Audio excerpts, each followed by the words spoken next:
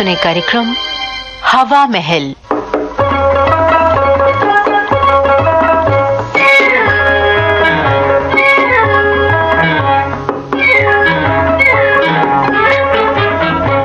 श्रोताओं, हवा महल में आज सुनिए नाटिका सेवा का दर्द। लेखिका वेदांती महंती, निर्देशक गंगा प्रसाद माथुर। अरे भाई, कहाँ गए सब लोग? घर में कोई दिखाई नहीं देता।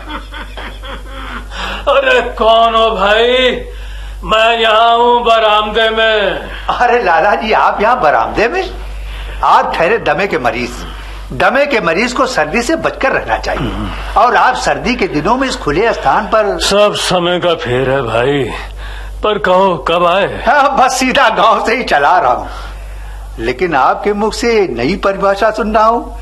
आप तो कहा करते थे समय आदमी का गुलाम होना चाहिए, आदमी को समय का गुलाम नहीं। अरे चौधरी, वो जवानी की बातें थी, बुढ़ापे में शरीर भी आदमी का साथ छोड़। अब बुढ़ापे को क्यों दोष देते हो बाबू साहब? सच्चाई ये है कि रिटायर होते ही आपके परिवार वालों ने फालतू सामान की तरह आपको बरामदे में पटक। ये क्या कह रहे हो चौधरी?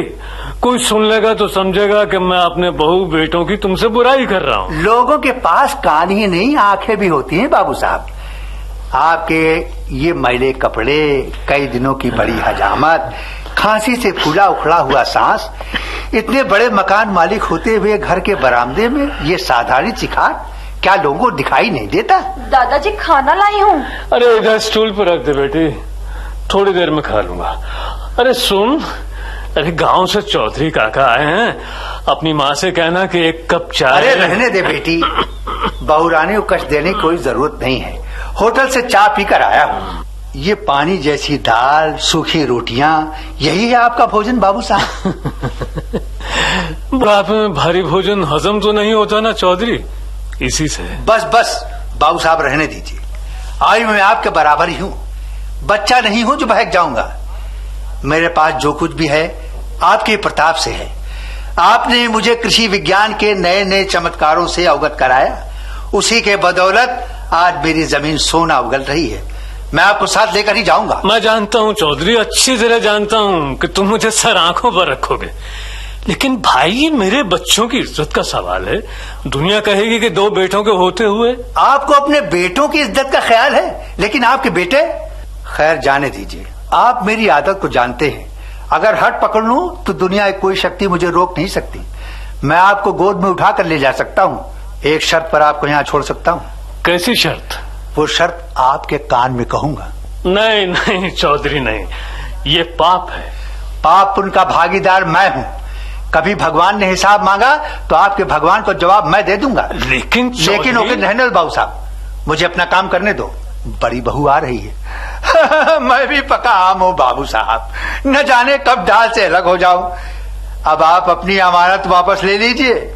मेरे बाद मेरे बच्चों की नीयत बदल गई तो मैं स्वर्ग में भी मुझे चैन नहीं मिलेगा। अब मैं तुमसे क्या कहूँ, शरीर के साथ साथ मेरी समझ भी साथ छोड़ रही। आपको कुछ कहने सुनने की जरूरत नहीं है। आपके सुख के लिए मैं सब कुछ करने को तैयार हूँ।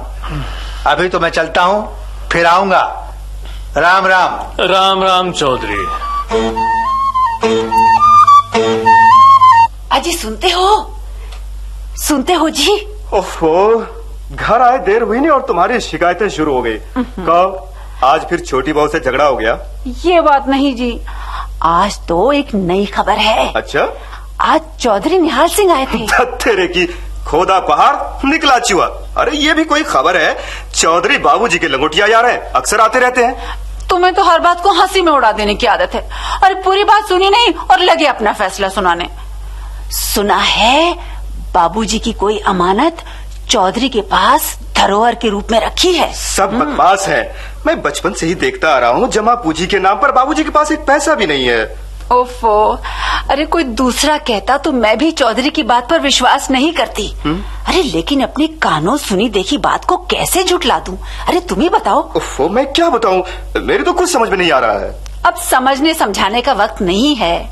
अभी जाकर डॉक्टर को लाओ और बाबूजी की दवा दारू का इंतजाम करो। अरे बेचारे कब से खांसी में बेहाल हैं। मगर तुम तो कहती थी कि खांसी बुढ़ापे में। अब जाओ भी, समय के साथ बदलना ही बुद्धिमानी की निशानी है। जानते हो, सेवा से मेवा मिलता है। ठीक है भाई, तुम्हें सेवा का दर्द उठा है तो इलाज कराना ही पड़ेगा। अच्छा, कल दफ्तर से लौटते समय डॉक्टर को... कल क्यों, अभी जाओ। शुभ काम में देरी क्यों? कल शाम को चौधरी साहब गांव लौट जाएंगे। अरे उनके जाने से पहले ही... अरे बस बस बस, समझ गया। अब कुछ कहने की जरूरत नहीं। स्त्री हट तो जग प्रसिद्ध है जी।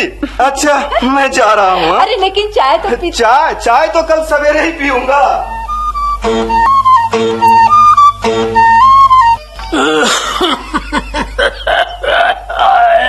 पाए लागू बाबूजी। अरे बड़ी बहू तुम। बेटा राम, ये कौन है? डॉक्टर साहब हैं बाबूजी, आपको देखने आए हैं। डॉक्टर? अरे बेटा, बुढ़ापे में क्या देखना दिखलाना, बेकार डॉक्टर साहब को तकलीफ दी है। अधिक बोलने से आपको खांसी उठती है बाबूजी, आप चुपचाप लेट जाइए। डॉक्टर साहब, आप इन्हें भली प्रकार देख लीजिए। इनके आराम के लिए हम महंगी से महंगी दवा खरीद सकते हैं। खर्चे की आप बिल्कुल चिंता न करें। ले दे के हमारे एक ही पिता है डॉक्टर साहब। पिता तो सबके एक ही होते हैं राम बाबू। मेरा मतलब है डॉक्टर साहब, माँ तो हमें जल्दी ही छोड़कर चली गई। चाचा ताऊ कोई है नहीं। बुजुर्गों के नाम पर एक पिता का ही तो साया है हमारे ऊपर। हाँ, इनका सबसे बड़ा इलाज तो इस खुले स्थान से हटाकर कमरे में ले जाने से होगा। इस सर्दी के मौसम में बरामदे की हवा जरा कुछ इनके लिए... उसकी आप चिंता न करें डॉक्टर साहब, हम अभी इन्हें अपने कमरे में ले जाएंगे। और कोई खास बात तो नहीं है जी। ये दवाइयां मैंने लिख दी हैं। समय पर दवाई और अच्छी खुराक मिली तो ये 10-15 दिन में जवानों की तरह चलते फिरते नजर आएंगे। अच्छा भाई, मैं चलता हूँ। अच्छा बाबूजी, बाबूजी कहाँ हो? बाबूजी हमारे कमरे में हैं चौधरी साहब, आप ऊपर ही आ जाइए। आप यहाँ हैं बाबूजी? आपको बरामदे में देखा नहीं, मेरी तो जान ही निकल गई। अरे तुमने सोचा होगा चौधरी कि तुम्हारे यार की खटिया उल्टी खड़ी हो गई। उल्टी खटिया खड़ी हो आपके दुश्मनों की। मेरा नुक्सा इतनी जल्दी काम कर जाएगा, इसका मुझे गुमान ही नहीं था। ये नवल धवल बिस्तर, टेबल पर रखी महंगी दवाइयाँ, टॉनिक, क्या ठाठ है मेरे यार के। चाय लीजिए चौधरी साहब। अरे बहू, मैं तो अभी खाना खाकर आ रहा हूँ। मेरे लिए इतना कष्ट करने की क्या जरूरत है? ये चाय और ये नाश्ता। बड़े लोगों की सेवा भाग्यवानों को ही मिलती है, इसमें कष्ट की क्या बात है? मैं तो चाहती हूँ आप रात्रि का भोजन भी यहीं करें। भोजन फिर कभी कर लूंगा, आज और अभी गाड़ी पकड़नी है। जाते समय एक बार बाबू साहब से मिलने चला आया। आप आते रहा करिए चौधरी साहब, आपके आने से बाबूजी को बड़ी राहत मिलती है। मुझे जब भी मौका मिलेगा आऊंगा बहू। बाबूजी के राहत के लिए तो मैं अपना सर भी कटा सकता हूँ। तुम्हारी सेवा ने तो 2 दिन में बाबू साहब की काया पलट दी। भगवान तुम्हें सेवा का फल अवश्य देगा। अच्छा बहू, चलता हूँ। ये बड़े भैया और भाभी बड़े मनोयोग से बाबूजी की सेवा कर रहे हैं। ये यकायक इनके मन में सेवा का दर्द कैसे जाग गया? चौधरी के पास बाबूजी की कोई कीमती अमानत रखी है। अच्छा, इसकी भनक बड़े भैया और भाभी के कानों में पड़ गई है। बाबूजी को खुश करके वो लोग चुपचाप सारा माल हजम कर जाएंगे। किसी को कानों कान खबर भी ना होगी। ये तुम्हें कैसे मालूम?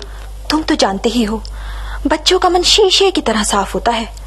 एक दिन बड़े भैया की लड़की मुन्नी को मैंने बहला फुसलाकर सब जान लिया। भाई, विश्वास तो नहीं होता कि बाबूजी ने कभी हमसे कुछ लुका छिपा कर रखा हो। वकील हो ना, सहज ही किसी बात पर विश्वास कैसे कर सकते हो?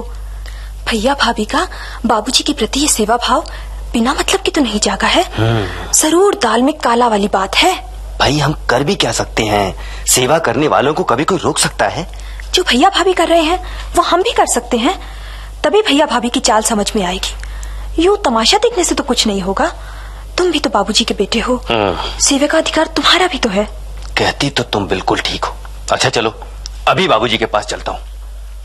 अरे राधे, क्या बात है बेटे, तुम इस तरह मुंह लटकाए क्यों खड़े हो? खैरियत तो है? हमारी खैर तो आपसे है बाबूजी। आप बीमार हैं और किसी ने हमें बताया तक नहीं।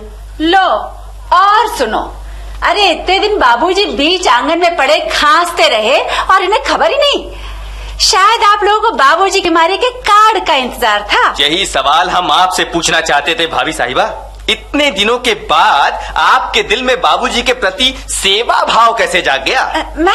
मैं तो तुम लोगों की परीक्षा ले रही थी। अरे जब तुम लोगों ने कोई परवाह नहीं की तो घर में बड़ी होने के नाते बाबूजी के प्रति मुझे सजग होना पड़ा। आपकी इसी सजगता नहीं तो हमें भी अपने कर्तव्य का बोध कराया है। बड़े ही तो छोटे के पथ प्रदर्शक होते हैं। अरे भाई तुम लोग मेरे लिए आपस में झगड़ा फसाद मत करो, तुम लोग मिलजुल कर रहो, यही मेरे लिए सबसे बड़ी खुशी होगी। तुम लोग नाहक बाबूजी को परेशान मत करो। सेवा करने वाले को कौन रोक सकता है? जिससे बाबूजी को आराम मिले हमें वही करना चाहिए। क्यों बाबूजी? देवर जी को भी बाबूजी की अमानत की खबर लग गई है। दीवारों के भी कान होते हैं देवी। फिर राधे वकील है, छोटी सी छोटी बात को भी गहराई से परखता है। तुमने उनके साथ सहज ही समझौता करके मेरे सब किए कराए पर पानी फेर दिया। सारा धन जाता देखिए तो आधा दीजिए बांट। और बाबूजी की कोई अमानत चौधरी के पास है, ये हमारी मृग तृष्णा भी हो सकती है। वहम का तो कोई इलाज नहीं है। हम सभी इस वहम के सहारे ही तो जी रहे हैं देवी। बस बस बस, अब तुमसे बहस कौन करे। मैं चलती हूँ, बाबूजी को रामायण पढ़कर सुनाने का समय हो रहा है। पिता की संपत्ति पर बड़े बेटे का अधिकार होता है। बाबूजी के दिल में ये बात अच्छी तरह उतार देना, समझी? मेरा नाम भी राम है। बाबूजी अपने पलंग पर नहीं है। क्या? बाबूजी नहीं है? कहाँ गए बाबूजी? बाबूजी कहाँ गए? अरे भगवान जाने कहाँ गए। उनके पलंग पर ये पत्र रखा था। क्या? कहाँ है पत्र? दो, मुझे दो। अरे ऐसे चुप क्यों पत्र पढ़ रहे हो भैया? जरा जोर से तो पढ़ो। पढ़ो। तुम ठीक ही कहते हो राधे, मुझे पत्र जोर से ही पढ़ना चाहिए। पढ़ो जल्दी भाई, जल्दी। जिससे सभी सेवाभावी सज्जनों तक बाबूजी का संदेश पहुंच सके। लीजिए सुनिए। पढ़ो। मेरे प्यारे बच्चों, इस बुढ़ापे में तुम सबने जो मेरी सेवा की, उसका फल भगवान तुम्हें अवश्य देगा। मुझ गरीब के पास तो आशीर्वाद के सिवा कुछ भी नहीं है जो तुम्हें दे सकूं।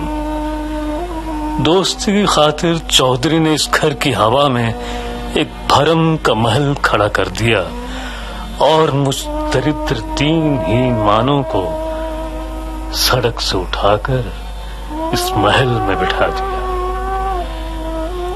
इस महल में सब सुख आराम पाकर भी मुझे लगता था कि जैसे मैं कोई ठग हूं और तुम सब लोगों को ठग रहा हूं। चौधरी ने मेरे मुख पर अपनी सौगंध का ताला डाल दिया। मैं चुप रहने पर मजबूर था, लेकिन मेरी आत्मा मुझे धिक्कारती रही कि मैं अपने सुख के लिए अपने ही बच्चों को धोखा दे रहा हूं। आत्मा के धिक्कार को अधिक दिन सहना अब मेरे बस की बात नहीं, इसीलिए मैं ये घर छोड़ रहा हूं। मुझे ढूंढने की कोशिश मत करना। चौधरी के रचे इस नाटक से अगर कुछ सीख सको तो तुम्हारे हित में अच्छा ही होगा, क्योंकि तुम्हारे आगे भी बच्चे हैं। भगवान तुम सबको सुखी रखे। अलविदा, तुम्हारा बाबूजी। हाय राम। अरे क्या हुआ? अरे इन्हें संभालो भैया, शायद भाभी को सेवा का दर्द उठा है। सेवा का दर्द, वेदांती महंती की लिखी ये नाटिका अभी आप सुन रहे थे। निर्देशक थे गंगा प्रसाद माथुर।